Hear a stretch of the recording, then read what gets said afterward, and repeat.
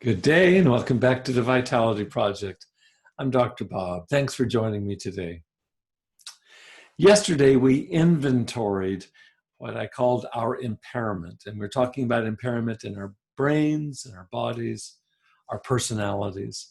Impairment as a function of active addiction.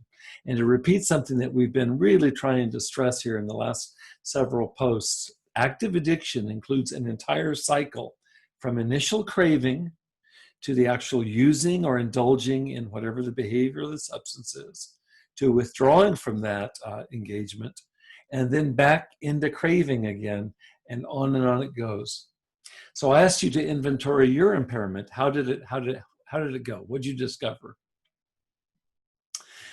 You'll recall, just as we summarize here, you'll recall that we're focusing right now on the loss of control, specifically the loss of cognitive control that is right in the heart of what happens to us in addiction, or as we've talked about addiction in its root sense, enslavement. So in addiction or enslavement, what kinds of things do we lose? Well, we lose the capacity to communicate, to have compassion, to be creative, to think critically, to discern between right and wrong, and to accurately predict consequences of our current actions.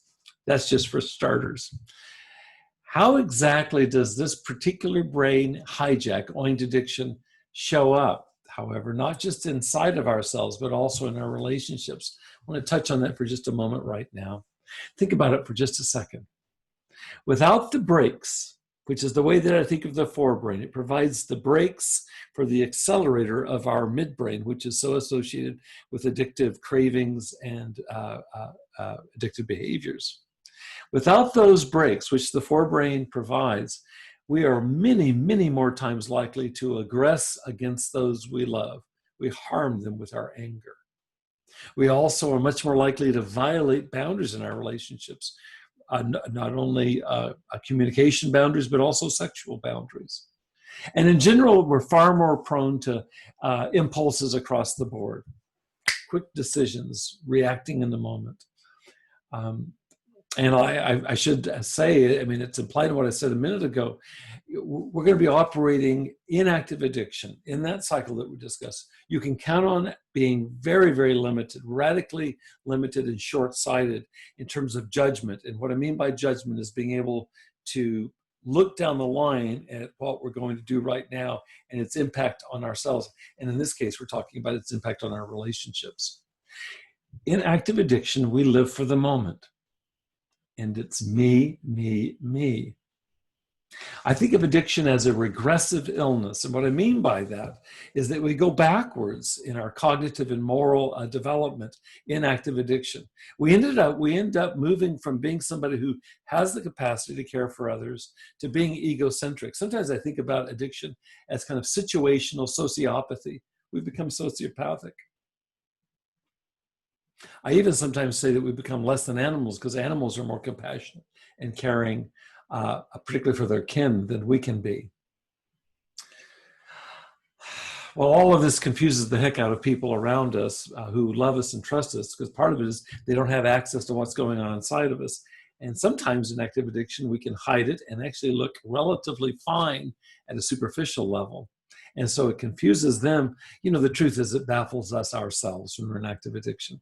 So for today, what I want you to do, I want to ask you to please identify times in your life, owing to addiction, when you may have violated your own sense of right and wrong, where you may have used what I think of, certainly fits for me, the world's worst judgment, where you may have let both yourself and others seriously down.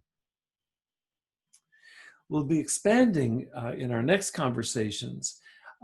We've been discussing active addiction here. We're going to expand now to include what happens in terms of the process of our healing in our bodies and our brains. What continues to happen, sad to say, and surprisingly for a lot of people, is we continue to have these same difficulties, these same limitations, oftentimes in early recovery. So I want to talk more about that in our next conversation, where we'll be introducing and discussing in some detail the idea of post-acute withdrawal syndrome, PAWS, or PAWS. And we'll see how relevant it is to this conversation about some of these limitations, including the loss of cognitive control. In the meantime, thanks again for spending part of your day with us here at the Vitality Project. I appreciate you being with us very much. Please stay safe, be well, and I'll look forward to seeing you again here tomorrow.